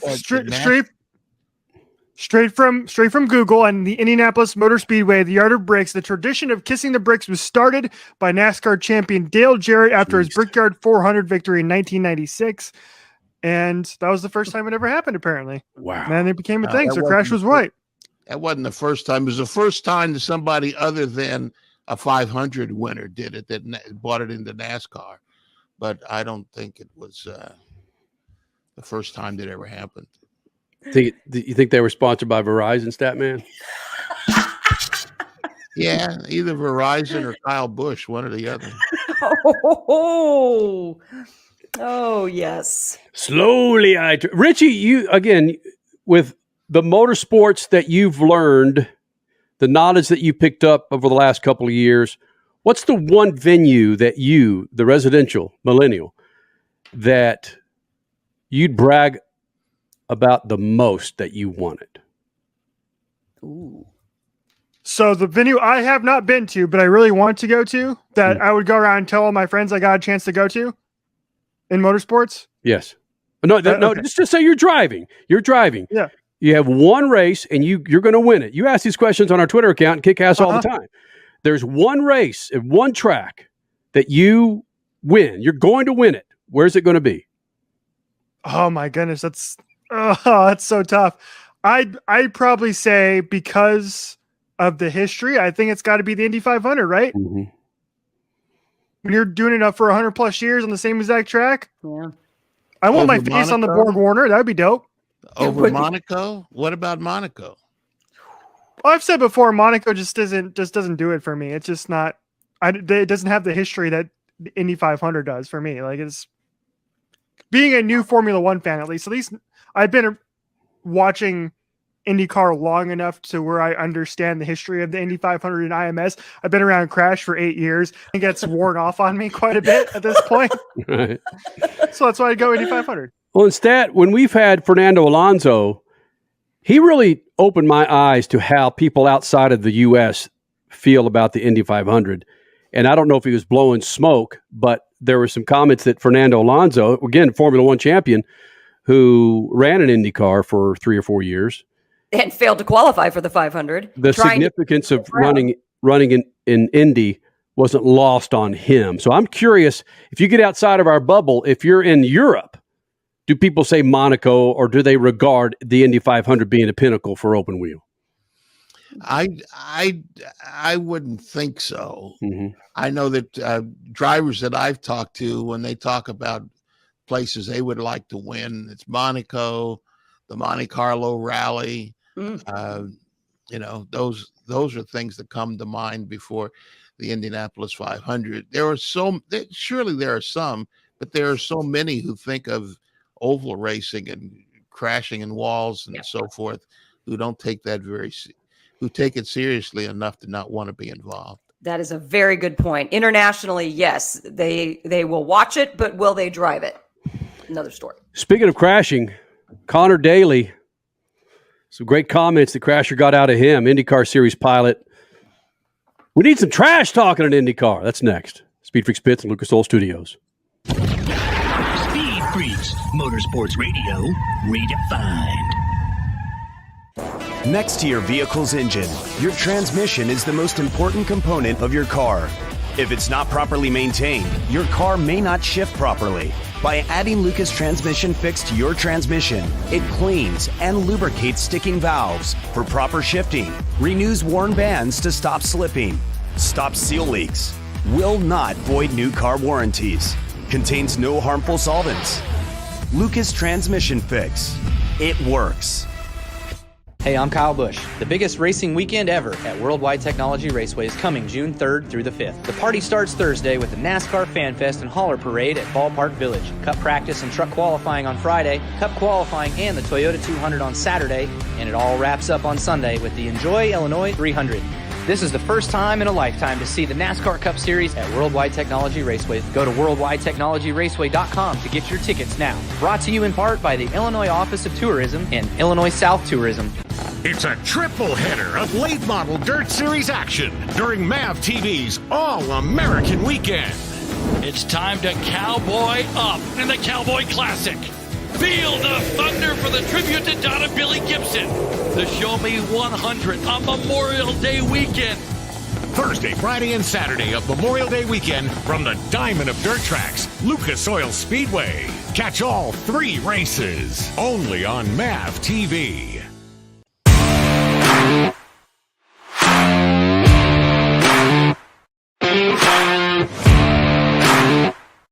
Lucas Oil Studios, Freak Nation, running on them General Tires. Go to GeneralTire.com. That's GeneralTire.com. Summer's here. Make sure you're rolling on the new set of General Tires. When you're picking your kids up, headed out to a little bit of hot soccer, or if you're headed across the country, make sure you got yourself some General Tires. What, Crasher? Hot soccer. Let's go have some hot soccer. I played soccer in freaking summer in Texas. What's the problem? Okay. Good thing we're not talking about Detroit, because when you say summer's here and the time is right, the next line is not racing in the streets. Well, do you care to share the Freak Nation what you're talking about? Martha and the Vandellas. Yeah. Dancing in the street. There you go. The summer's here and the time is right. That line you have to say for dancing in the street. Richie, if I play that song, would you recognize it? Oh, yeah, absolutely. Because it was in a bunch of movies. Okay. Yeah, and who redid it? Who remade it? Van Halen. No. Dancing in the Streets. Yes, they did. Yes, they did. Oh, I was thinking like David Bowie. No, it's Let's Dance. Crasher. We got to get into this. Conor Daly. Conor Daly running in the IndyCar series, of course, getting set for the Indy 500. Crasher, you caught up with this little rebel rouser. Rebel rouser, yes. Mr. Snake Pit himself. Conor, you're a staple in the Speed Freaks pits. Your personality fits us absolutely. What's this? Yeah, okay. What? You're just agreeing with me? I like it. Yeah, the freaky pits. Let's go. I respect the area. It's incredible. You are all over the promotions for the Snake Pit here at Indianapolis Motor Speedway. Do you ever just have a moment during this month? You're helping them promote all the fun stuff, but you have to focus. You have to be all about driving. You have to be keeping yourself on track. Does that sometimes get to be a little bit like a juxtaposition that you don't want to be in? Honestly, not at all, because you can spend hours just sitting and overthinking things too. So, we've got that takes 30 to 45 seconds to go out there and say something about the snake pit, and it's super easy, and it's something that I take to quite well. So for me, I just like it because it gives us something to do. A lot of the times you actually can get bored here too. Like, you have plenty of things to look at. You could study stuff for days and hours, but in the end, like, you're going to probably want to not do that at some point and just relax a little bit. And, like, why not go out and help, promote an event that you love? So I'm all for it. Bored and Conor Daly are not in the same sentence. That just doesn't make any sense. That's why I never get bored. I'm always doing something. Might as well. All right, let's just, nobody's watching right now. What's the prank of the month? What is one thing you really hope to pull off this month to upset the other drivers? I don't even know. I feel like it's been so long since any real pranks have been pulled, and I don't know. The energy for these folks needs to be a little bit higher to be pranked. Everyone's just kind of like nice, and I don't know. Like if Grosjean pranked Rahal, that would be awesome. You know what I mean? Or if Jimmy and Elio started spray painting each other's buses, that would be hilarious. So who knows? We'll see. Okay, I'm so glad you went there because people are in a tiffy about this whole Rahal Grosjean thing. We need a black hat in IndyCar. Every series needs a black hat. So, yes, you're embracing it, I see, as much as we are. Well, I mean, you just got to have people that are angry at each other, because that's what creates excitement and ratings. And, one of my favorite things about watching NASCAR races is if they hit each other, can't wait to watch the post-race. You know what I mean? For us, it's just like everyone's like, well, it was a great day. I'd like to thank my sponsors, which is important. But, like, there's no heat, and we need some heat. So, obviously, there's a little bit less contact in our series, of course. But if there is a little bit of rubbing and racing, you better say something about it. Now, Suave, do me a favor. Punch in the old Google machine. Just punch in IndyCar fight. That's it. And the three of us, and you will probably, the three of us know what's going to come up. Yeah. IndyCar fight. Mm-hmm. What comes up, Richie? Can we guess? IndyCar fight. Let's see here. IndyCar. We know who it's going to be. Okay, I got it. Ari and AJ? I got it. Yeah, it's going to be Ari and AJ Foyt. Texas. Right? That's incorrect. Oh. What is it? The first result that pops up is Sebastian Bourdais and Takuma Sato from Toronto back in 2015. Holy cow! How far down is the AJ Foyt and Skipjack? Oh, let's see. Gotta keep going here. There's that. Nope, didn't show up there. Nope. Does not show up on the first page. I wonder if IRL fight. Yeah. That's why that's not showing up. I bet. Do you see anywhere on that list Danica Patrick and Dan Weldon? I don't think so. I don't see it. Wow. Yeah.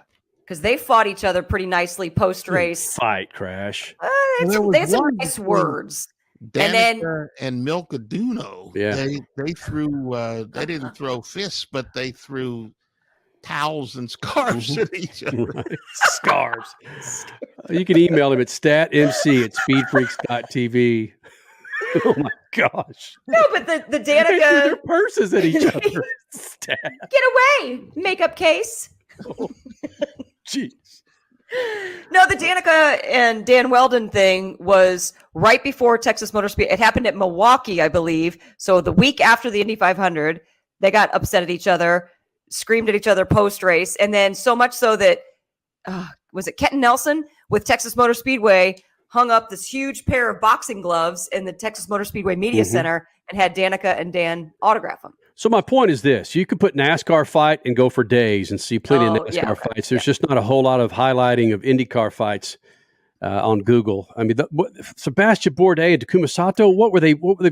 I don't even remember that one. White gloves. Hey, so you there's a two-parter here with Conor Daly where you started off with him, Crasher, asking him about the cat who runs Liberty Media and his Formula One versus other racing comment. Crasher, set it up a little bit, please. Well, it was actually Conor Daly, and I forgot as I'm interviewing Conor, I'm thinking, oh wait, it was your tweet that pointed this out to me. He basically took a part of, is it Greg Maffei took apart his quote from Miami from last week that was talking about the TV package for Formula One and said, basically his quote was something about how I think the Formula One, he, of course, being Liberty Media CEO, I think that the Formula One product is a much better TV product than something like, say, the Indy 500, when it's just kind of like, wait, what? Huh? Is he saying that just to get us riled up? Is that just a part of this whole motorsports marketing thing, or was he serious? Well, I mean, honestly, like I don't necessarily entirely disagree with it. Like it's not like I saw it and it's frustrating, but because like there's elements to that that's right. You know what I mean? Like they're commercial free. Like there's that Sky broadcast is actually incredible. Those guys are really, really smart guys. Like and there's a great group of people on there. So like I kind of understand it because, but also in America, like we're used to commercials. So like I don't, the whole commercial free thing doesn't really bother me. Like I'm prepared to watch sports and watch commercials. I don't really care. You know what I mean? But yeah, I disagree that the quality is like a lesser quality. But man, Formula One does have onboard cameras on every single car, and we have been asking for that for years, and I think it's something that's really, really important for us. But they also have billions of dollars more than us, so like you gotta kind of put things into perspective. If you have a ton of money and a giant cash pile to go to, you're probably gonna get more stuff out of it. You know what I mean? We're working with what we got, and I do think NBC does a great job. Like they've been a great partner, and you know we've got a ton of network NBC races, which is a huge bonus for us. Some people want to say, well, Roger Penske has deep pockets too. Why isn't he spending it? Is that really where they should be complaining? It's really hard to say. I could talk about that for hours. You know what I mean? Because I think there's a few things that people see differently than others. But I think all of us want to see IndyCar headed the right direction, right? And headed up into the clouds like Formula One is currently in America. I mean, I think right now, I said this to people the other day, Formula One drivers themselves, I think are the most famous athletes in the world. Like over soccer? Over soccer, over anything, because soccer is just really on that side. I mean, we have MLS, right? But like Formula One is now going all around the entire world, and like they have a show, and so not only are they movie stars, but they're also elite athletes. So it's like, I truly think, like, when you see the reaction that people had, the celebrities, the folks that were going to Miami, it's like they're the most famous athletes in the world right now. I truly believe so, and there's many, many reasons why, and, like, not that I'm saying it's not justified, I think that there's not a talent gap, we'll say, that justifies that. So it's just tough to see, because I do believe that we have the biggest event in the world still and the greatest event in the world, and that it is also more exciting to watch than what they have. So it's a long story. Well, bottom line though, something will eventually rub off, and IndyCar will be the benefactor. I certainly hope so. We're gonna work our butts off to make sure that happens, and I think we all have a common goal, I hope, which is to grow the sport. Conor Daly, thank you. Thanks. All right, guys, I'm going to put everybody on the spot. We got to go to break. Everybody on the spot. Who does Conor Daly need to punch out to get the most pub on the grid? What driver should Conor put this up on Twitter, Suave? What driver should Conor Daly punch out to get the most pub? Crash. Jimmy Johnson. Ooh, I didn't think about JJ. Suave. Elio.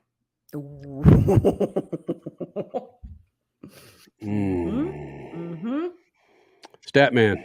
Dale Jr. He'll be with the NBC crew, so he'll be there. Yeah, okay. Wow, you teed it up for me, Stat. I thought you were going to go with this guy. I'd say Juan Pablo Montoya, man. How many people would get gratification out of Conor just smacking him in the freaking melon? Now they'd make a space on the trophy for him. Yeah. The greatest name in Supercross, the greatest last name in Supercross ever. Next to the Freak Nation. Speed Freaks, Motorsports Radio, redefined.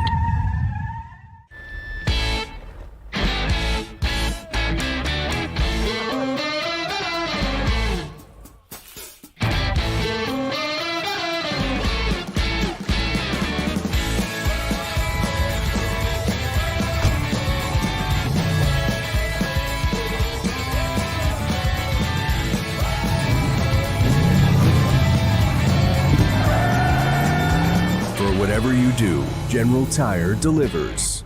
Hey, I'm Kyle Busch. The biggest racing weekend ever at Worldwide Technology Raceway is coming June 3rd through the 5th. The party starts Thursday with the NASCAR Fan Fest and Hauler Parade at Ballpark Village. Cup practice and truck qualifying on Friday, Cup qualifying and the Toyota 200 on Saturday, and it all wraps up on Sunday with the Enjoy Illinois 300.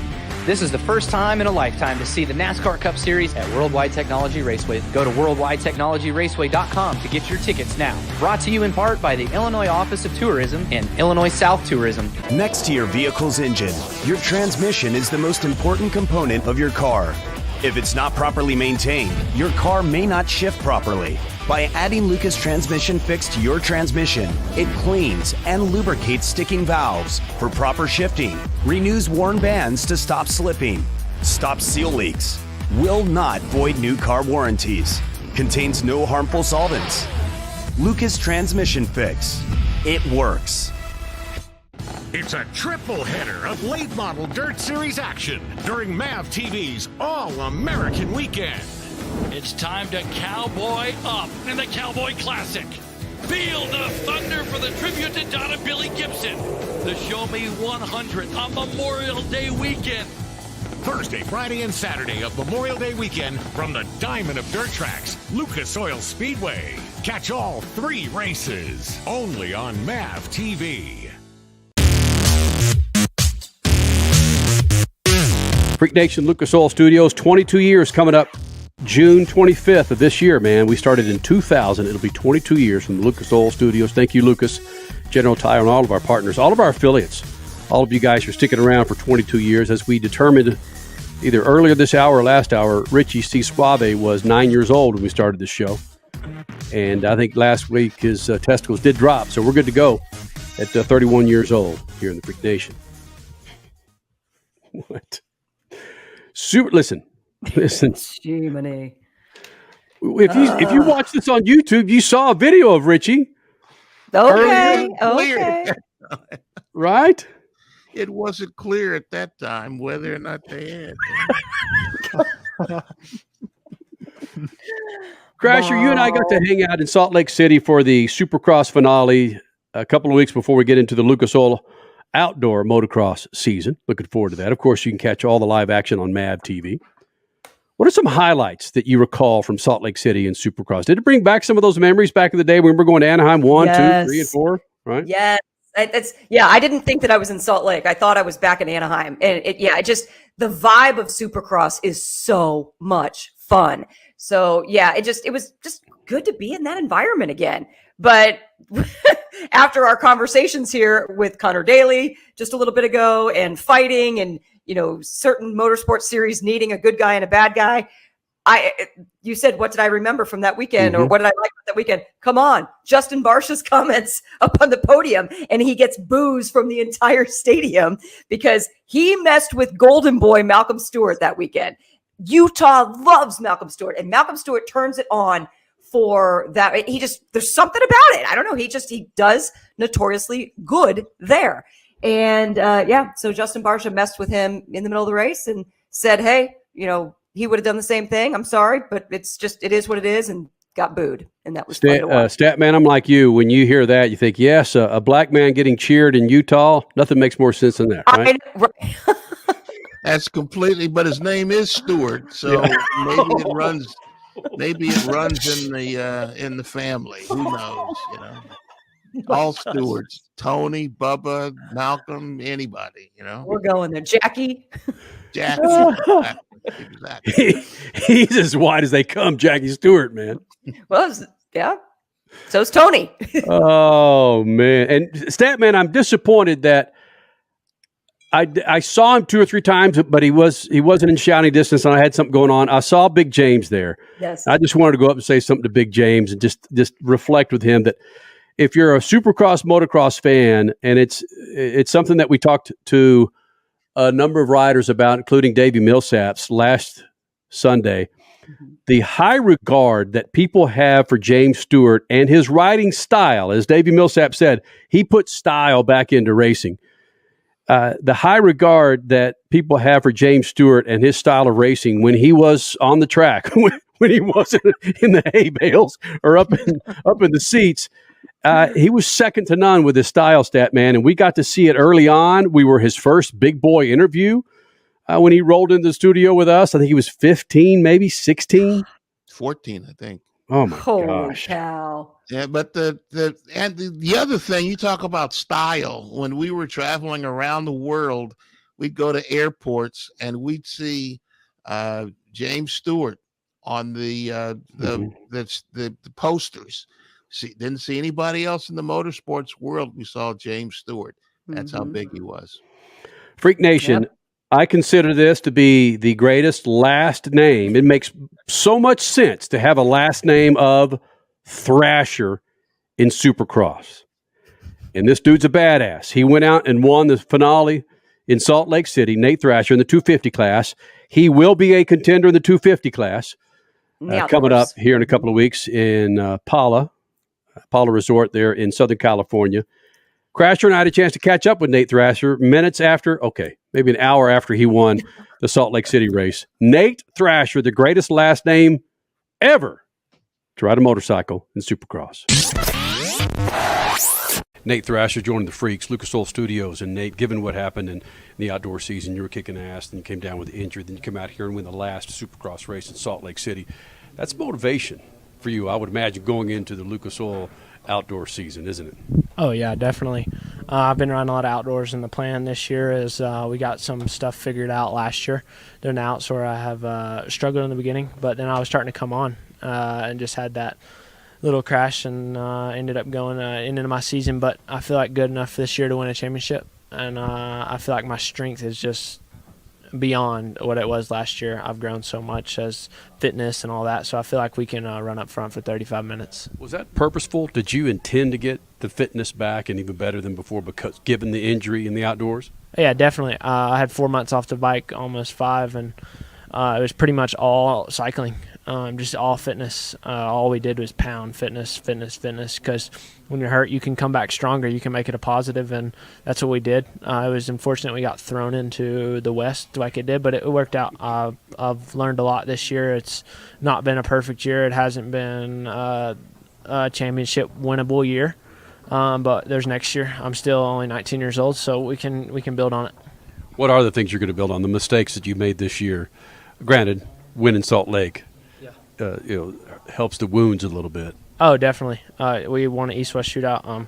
Every guy in the class passed the best guys and to win it, so that even feels better. It wasn't a whole shot and run away. It was I passed the top guys in the class. I passed the championship front runners. So you can't win an East-West shootout and not be a legitimate title contender. So I feel like I just got to go put it together every round, and that's going to be the goal for next year. I want to be in a championship fight in every round, and I want to go win it. Fitness level now, granted, with here in Salt Lake City, you got a couple of weeks off. Where are you going into the outdoor season now? Yeah, I feel good. A little banged up wrist from the A3 crash, but it's getting better. It's getting better every week, and I feel good. I feel like I can contend in the outdoors and maybe even get a championship, but I just want to go out there and podium every weekend and be in the top 5 every weekend. That's the goal. You're 19 years old. I'm 2 or 3 times your age. And I still hold the outdoors as just being the pinnacle. I know this is where the crowd is inside, but what it takes to win outdoors is something special.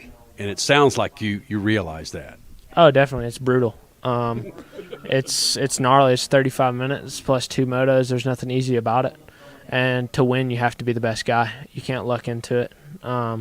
You have to be the best guy on that given day, and there's a lot of things that go into an outdoor race. It's not as physically, it's not as technical as this stuff. You got to be more technical to ride this kind of track and more skilled on a dirt bike, I think. But the outdoors, you just got to have that grit and determination, and that prevails there more. So going right off of that then, I'm going to assume you would vote Carmichael over McGrath when it comes to pure talent in the Supercross motocross realm. Yeah, I was a little before my time, both of them. I really didn't get to watch either one, so I was more of a Villapoto guy growing up, so yeah. Okay, so Villapoto, you probably got Stewart a little bit in there. Reed, well, he's still racing somewhere because he's never, ever going to fully be off a bike. Tomac, I mean, who are the guys that you really looked up to? It was definitely Villapoto coming in. That was kind of when I started racing myself, was kind of when he was at the pinnacle of the sport in 2011 and all that. That was kind of when I started. So it was definitely him. Just growing up, he was so dominant for so long, and he was the best on that. When he was on the track, you knew he had a chance to win, and that's what I want to be. You say Villapoto, I also think of Dungey. I remember the Ryan versus Ryan saga going on back and forth. Are you kind of geeked to know that Ryan Dungey's coming back to race outdoor? Yeah, it'll be cool just to see where he stands, and that these guys are going so fast these days, and we train so different, I feel, than they did back in just a couple years ago. I feel like the speed has just rose so much in the 450 class. I feel Jason and Tomac and all those guys are just on another level right now, and I feel like he can come in there and match it, but it's going to be tough, I think. The old man, can he do it? That's going to be the big question those first couple of races. We'll see right away. You'll know if he has the speed or not right away, and he might not. But I think it's more for him. He's just coming back to do it for fun. I feel like for his career, it was so. When we're in our positions that we're in, we're not doing it for. I mean, we're doing it for fun. But we love it. But there's a lot of pressure and a lot of things that go into it. It's our life, and he's just coming to do it in a different aspect, I think, in his mental than he had before. So I think it'll be a lot more enjoyable for him. And speaking of enjoying anything, can you celebrate this win at all? You have 3 weeks before the outdoor season. You got to be able to take a couple of days off. Yeah, we'll take tonight, and then we'll get back to it Tuesday. That's it? Yeah, that's it. We got to go win a championship. No cheat meals, macaroni, pizza, anything? No, we'll get right to it. Not much motorsport. Not much motorsport. Helio or Helio? Well, we have one story that has been out for about a week, and I just couldn't wait to talk about this. Statman turned me on to soccer a few years ago. It's incredible. Statman was one of the OGs when it comes to the Columbus Crew. You think about this. Statman is a Columbus Crew fan. Richie's a freaking Liverpool fan. 22 years ago, Statman, I was going to say, you're going to become a soccer fan. And Richie, when you joined us 8 years ago, you're going to become an EPL fan. What the hell's going on here? Right? Jeez. Or that you'd become a wine drinker. Yeah. Formula One fan. Or Formula One fan. So I can't miss this story, man. Richie, I'm going to let you handle this because it's just greatness. You would do it better justice than I would because I'm going to spend some time laughing because the visuals of this is just awesome. Go ahead, buddy. No. You're looking at a picture of Marcelo, who is no longer with Lyon's first team because, as the headline reads, he was dropped from Lyon's first team for farting and laughing in the dressing room, according to sources. Dressing room, not locker room. Dressing room. What? Yeah. As ESPN reported in August, the 34-year-old was expelled from the senior squad following Lyon's 3-0 defeat to Angers earlier this season. Marcelo was caught laughing during Captain Leo Dubois' speech to rally the troops following the game, which didn't go down well with manager Peter Bose and sporting director Eugenio. I love the fact that all these Italian names you're dropping on me here, folks. That's the whole point of me wanting you to read this, my friend. However, according to ESPN sources, Marcelo was also disciplined by the club for repeatedly farting among his teammates in the dressing room and laughing in the presence of Eugenio and Bose. Marcelo was considered one of the leaders of the team and has signed a new contract a few months before the start of the season, but the club described the actions as inappropriate behavior. Good stuff. Oh my gosh. Like, come on. Like, that doesn't happen in every NFL locker room or dressing room. I mean, farting's just natural human behavior. I would like Stat to be the HR person for Lyon and have someone come into Statman and say, Marcelo will not stop laughing and farting during our pep talks. And that wasn't even on the elevator. That was in the dressing room. Yeah, what Kenny is notorious for. Hey, come on. Farting in the elevator and then walking out and leaving the rest of us in there and be like, oh, thanks. Nice. I would never do such a thing. Okay.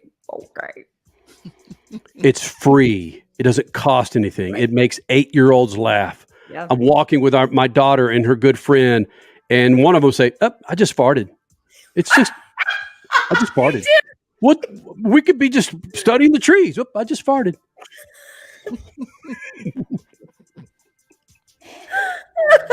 She'll come up here during the show. Dad, I just farted. You're having such a good time with this 8-year-old. Mhm. Wait till she becomes a teenager.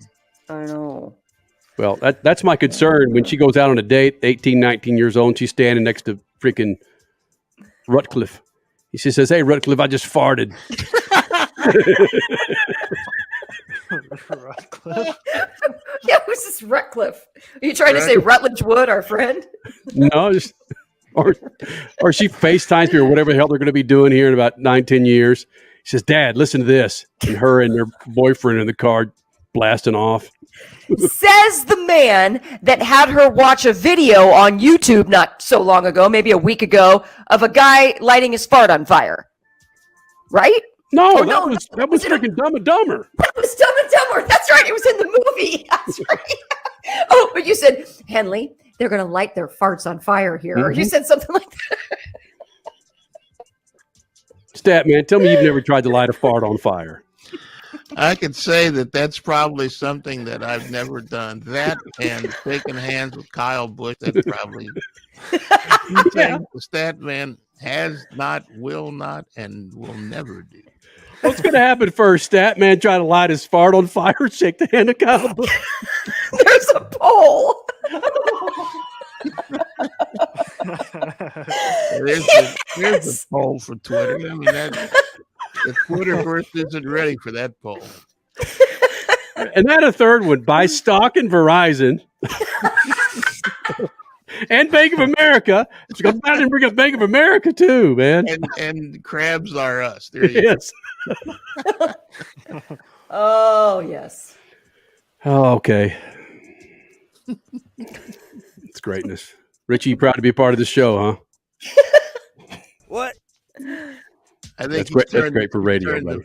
He's turned the mic off. He's listening. Yeah, he's listening to the Beatles right now. What? Yeah. The good thing about that, he wouldn't know the difference between the Beatles and Ted Nugent. Oh, come on. I'm just proud that his mom owns a Ted Nugent album. What? Yeah. It's greatness. Mm-hmm. I mean, just because of his music, not because of certain stances. Freak Nation, it's been a greatness. A great show on a Sunday night. Stop it, Crash. Jesus. It's been a greatness. It has. Listen, our vernacular as human beings, you go back 15, 20 years ago, it's like my dad was a linguistics genius. It's brilliant. I mean, he taught me what phatic, look it up, Stat, phatic communion was. It's people just sitting around BSing. It's called phatic communion. Phatic communion. Phatic communion. I think it's PH. Phatic communion. Listen, our vernacular, Twitter, social media. I mean, Richie got popped for using slang on Twitter this week. Instead of spelling it Y-O-U, he spelled it U. And debut, debut. It was awesome. No, those do-boos. Mm-hmm. Statman, let's shoot the juice, okay? Shoot the juice to the moose and Statman. Let it loose. Yep.